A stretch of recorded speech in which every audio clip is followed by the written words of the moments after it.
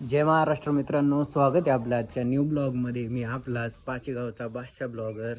रात्री आमच्या इकडं भरता पाऊस झाला, त्याच्यामुळं माझं एक छोटंसं नुकसान झालंय. तुम्हाला दाखवितो काय झालंय म्हणून. माझ्याकडे एक मोठं शेवग्याचं झाड होतं, वाऱ्यामुळं अख्खं पडून गेलंय. तुम्ही बघू शकता किती मोठं झाड आहे. वातावरण पण लई कडक झालेलं होतं. हे बघू शकता तुम्ही किती मोठमोठाले शेंगा होत्या झाडाला. झाड तर पडून गेलं, तर मग म्हणलं आता ते सगळं तोडून छाटून घ्यावा. पडलेल्या झाडाला एवढ्या शेंगा निघाल्या. झाड पडल्यानंतर छाटून छुटून हे सगळे त्याचं खोडम्या उभा करून दिलं. माझं तर चला छोटंसं नुकसान होतं, पण सगळ्यात जास्त नुकसान हे शेतकरी लोकांचं झालेलं आहे. कारण शेतकऱ्याचं काढायला आलेलं पीक, जसं की गहू असेल, कांदा असेल, त्यांचं किती नुकसान झालेलं असेल भावांनो. आपण सगळ्यात जास्त आता शेतकऱ्यांचा विचार केला पाहिजे.